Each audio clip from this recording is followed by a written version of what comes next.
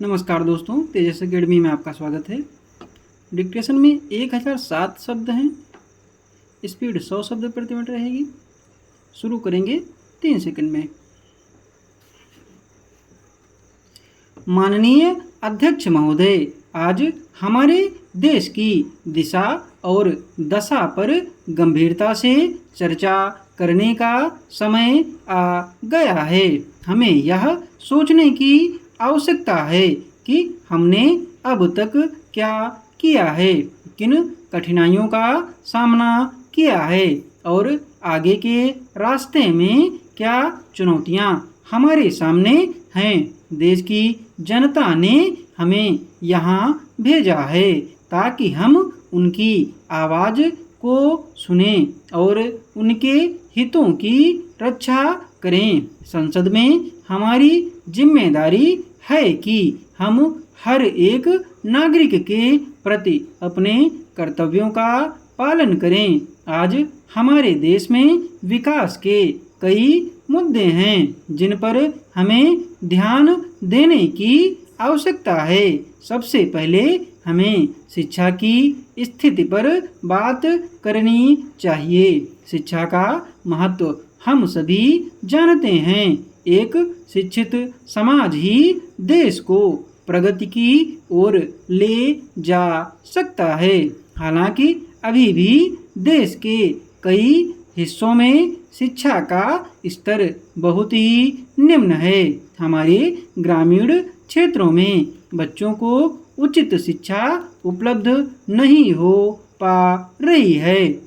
स्कूलों में शिक्षकों की कमी, अवसंरचना की समस्या और गरीब परिवारों के बच्चों को स्कूल से जोड़ने की चुनौतियां हमारे सामने खड़ी हैं। हमें इस दिशा में ठोस कदम उठाने होंगे।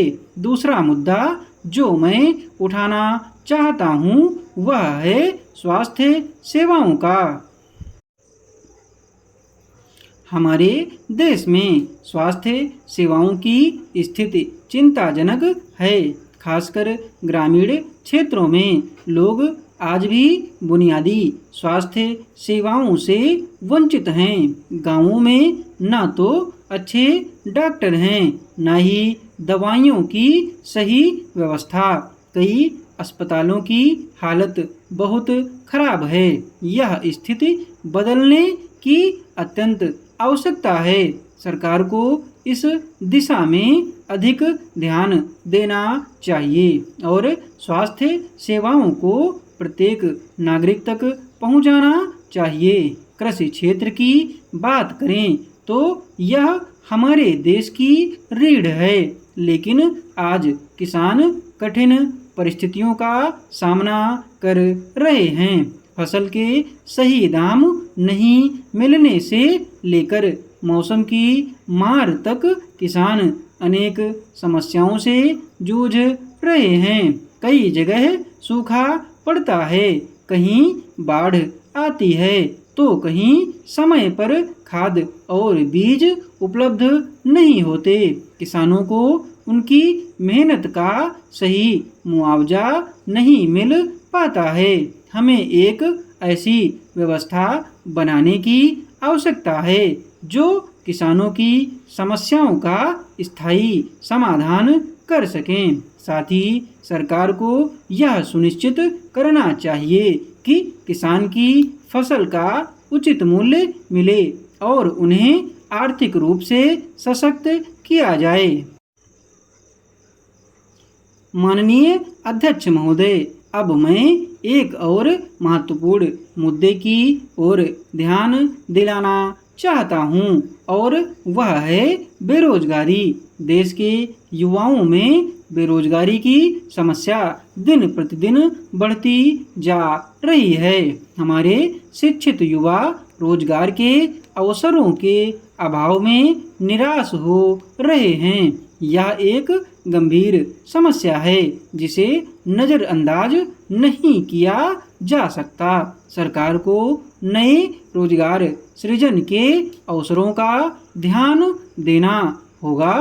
उद्योग और सेवाओं के क्षेत्र में अधिक निवेश की आवश्यकता है ताकि युवाओं को रोजगार मिल सके। साथ ही हमें स्वरोजगार को भी प्रोत्साहित करना चाहिए ताकि युवा अपनी योग्यता का सही उपयोग कर सकें और आत्मनिर्भर बन सकें। इसके साथ ही भ्रष्टाचार की समस्या का भी समाधान आवश्यक है।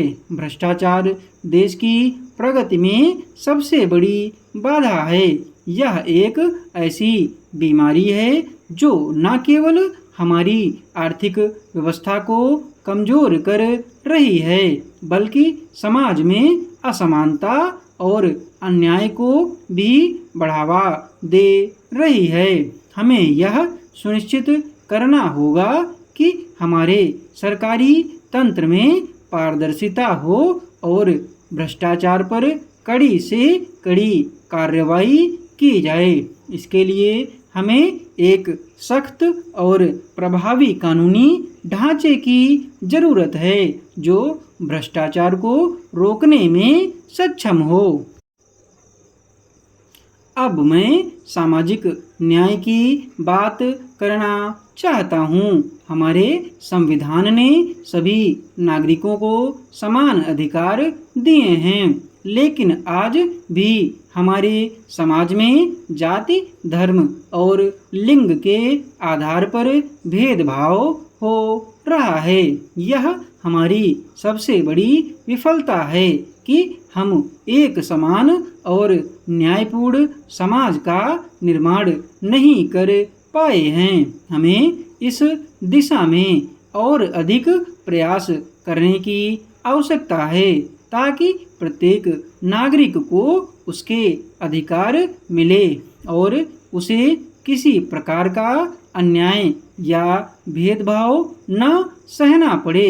इसके साथ ही पर्यावरण संरक्षण भी एक महत्वपूर्ण मुद्दा है। हम लगातार अपने प्राकृतिक संसाधनों का अंधाधुंध दोहन कर रहे हैं। वनों की कटाई, जल स्रोतों का दूषित होना और वायु प्रदूषण जैसे मुद्दे आज हमारे सामने खड़े हैं। यह हमारी जिम्मेदारी है कि हम अपने आने वाली पीढ़ियों के लिए एक सुरक्षित और स्वच्छ पर्यावरण छोड़ें।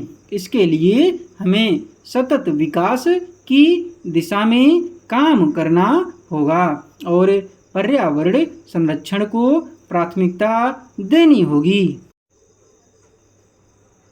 माननीय अध्यक्ष महोदय, हमारे देश की सुरक्षा का मुद्दा भी अत्यंत महत्वपूर्ण है। सीमाओं पर आए दिन चुनौतियां खड़ी हो रही हैं।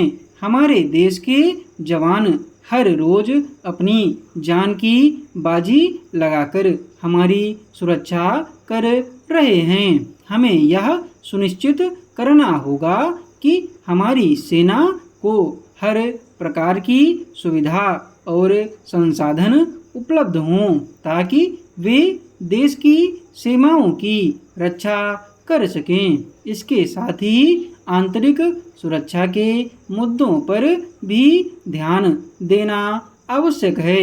आतंकवाद, नक्सलवाद और अन्य आंतरिक खतरों से निपटने के लिए एक मजबूत और सशक्त तंत्र की आवश्यकता है। अंत में मैं कहना चाहूँगा कि देश के विकास के लिए हमें एक समन्वित और एकजुट प्रयास करना होगा।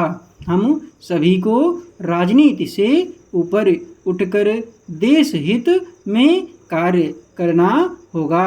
यह देश हम सभी का है और इसकी उन्नति और प्रगति के लिए हम सभी को मिलकर काम करना होगा।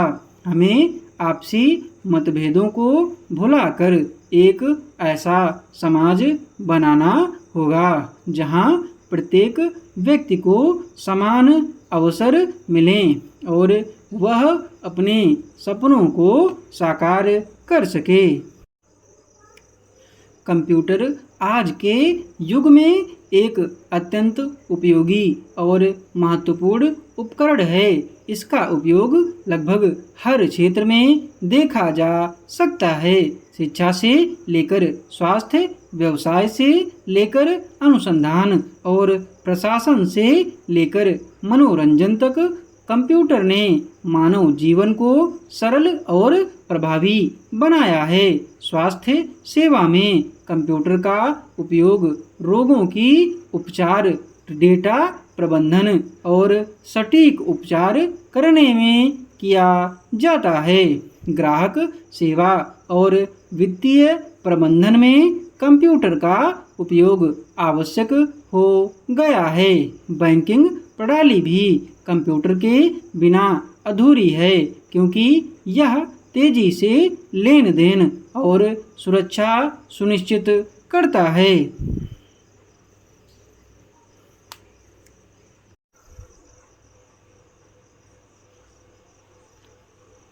PDF आपको टेलीग्राम पर मिलेगी। इसकी टेलीग्राम चैनल का लिंक डिस्क्रिप्शन बॉक्स में दिया हुआ है।